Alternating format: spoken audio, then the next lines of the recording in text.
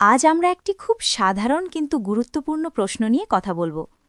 লাল ডিমে কি সত্যিই বেশি পুষ্টিগুণ আছে, নাকি সাদা ডিমও একই রকম উপকারী? আমাদের সমাজে অনেকেই মনে করেন লাল ডিম বেশি শক্তিশালী, বেশি পুষ্টিকর। কিন্তু পুষ্টিবিজ্ঞান ও গবেষণা আসলে কি বলে, আজ সেটাই পরিষ্কারভাবে জানব।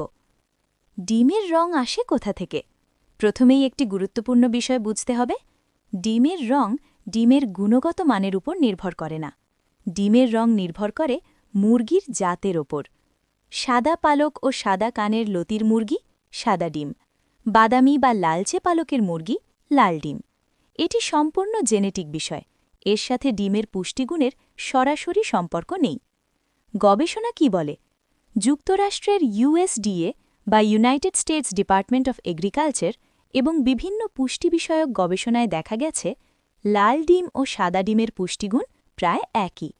দুটো ডিমেই প্রায় সমান পরিমাণে থাকে উচ্চমানের প্রোটিন, ভিটামিন এ, ভিটামিন বি12, রিবোফ্লেভিন, সেলেনিয়াম, স্বাস্থ্যকর ফ্যাট। অর্থাৎ রঙের কারণে ডিম বেশি বা কম পুষ্টিকর হয় না।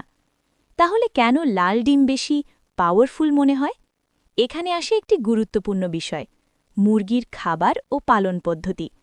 যদি কোনো মুরগি ভালো মানের খাবার পায়, প্রাকৃতিক পরিবেশে বড় হয়, ঘাস, শাক, পোকামাকড় খায়, তাহলে তার ডিমে ওমেগা-3, ভিটামিন ডি, অ্যান্টিঅক্সিডেন্ট কিছুটা বেশি থাকতে পারে। এই সুবিধা লাল বা সাদা দুটো ডিমেই হতে পারে, যদি মুরগির পালন ভালো হয়। ডিমের কুসুমের রং কি কিছু বলে? অনেকে আবার বলেন কুসুম যত গাঢ়, ডিম তত ভালো। এটা আংশিকভাবে সত্য। গাঢ় কুসুম সাধারণত বোঝায় মুরগি বেশি প্রাকৃতিক খাবার পেয়েছে, কিন্তু এখানেও মনে রাখতে হবে এটা রঙের বিষয়, ডিমের খোলসের রঙের না। তাহলে কোন ডিম খাবেন? পুষ্টিবিদদের মতে ডিম বাছাইয়ের সময় দেখুন ডিম টাটকা কিনা, উৎস নির্ভরযোগ্য কিনা, ফ্রি রেঞ্জ বা ভালোভাবে পালিত মুরগির ডিম কিনা। লাল না সাদা এই প্রশ্নটা আসল বিষয় না। আসল বিষয় হল ডিম কোথা থেকে আসছে এবং মুরগি কি খাচ্ছে। সংক্ষেপে বললে লাল ডিম ও সাদা ডিম দুটোর পুষ্টিগুণ প্রায় সমান। ডিমের রং নয়, পালন পদ্ধতি ও খাবারই আসল পার্থক্য গড়ে।